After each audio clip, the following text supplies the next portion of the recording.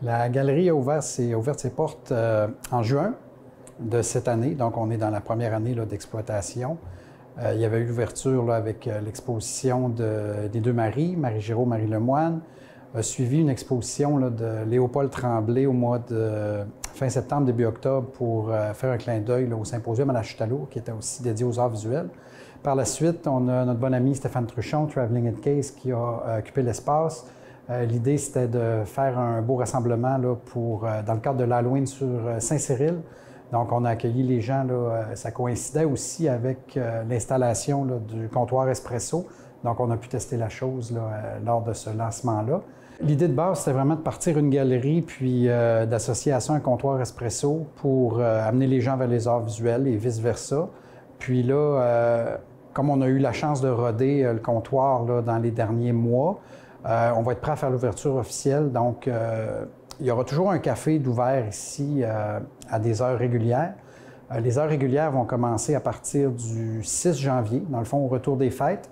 Puis, pour les fêtes, on va être ouvert les 21 et 22, ce soit les samedis-dimanches, puis 28-29, le samedi-dimanche de la semaine suivante, encore une fois pour offrir l'exposition, puis pour continuer à lancer le comptoir Espresso, former le personnel. Puis on peut dire qu'à partir du 6, comme je vous le mentionnais, il va y avoir des heures régulières qui vont être à définir, mais on peut penser à une ouverture le matin pour couvrir les cafés take-out du matin. Il va y avoir quelques tables, quelques tablettes pour s'installer, pour travailler. On parle de 14 places assises. Donc, ce sera un café-galerie ouvert les lundis au vendredi, couvrir les matins tôt jusqu'à la pause, je dirais. Ce ne sera pas ouvert sur les heures de dîner et ainsi de suite. Ce n'est pas dédié à la nourriture. Il pourra avoir dans un second temps des viennoiseries, des trucs comme ça, mais sans plus. Puis, la fin de semaine, on pourra aussi avoir accès au café sur des heures un petit peu plus allongées, c'est-à-dire, je dirais, environ de 8 à 3 heures pour couvrir les week-ends. Ça fait longtemps que je pensais à ça, que j'avais hâte. Là, les étoiles étaient alignées. J'ai eu aussi la chance d'avoir un beau soutien de la part de la MRC. Puis, donc, c'est pour ça qu'on est prêt vraiment à lancer des opérations. On comprendra qu'on est un petit milieu. On ne rassemblera pas les foules, mais si on peut avoir quelques habitués, puis l'été, des passants avec la piste cyclable, l'objectif va être atteint. Le but, c'est que le lieu soit vivant, qu'on puisse continuer à présenter des expositions, d'une part, puis d'amener les gens vers ce type de café-là, le type de café, c'est-à-dire des cafés au lait, puis des espressos.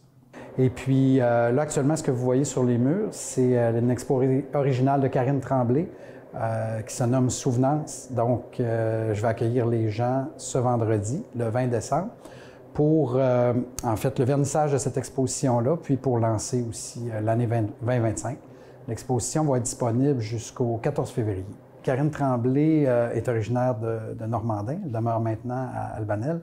C'est une enseignante en art. Elle a étudié dans ce milieu-là. C'est une académique, puis j'ai travaillé avec son frère longtemps. Je connais Karine depuis relativement longtemps.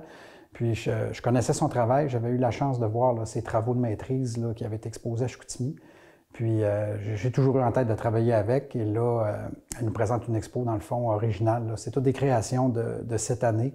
Vous voyez l'aspect très, très vintage de la chose. Karine travaille à partir de photos. Elle puise dans des photos familiales, mais qui remontent d'avant même sa naissance. Elle exploite vraiment les années 70, je dirais, avec toutes les belles couleurs qui lui sont associées.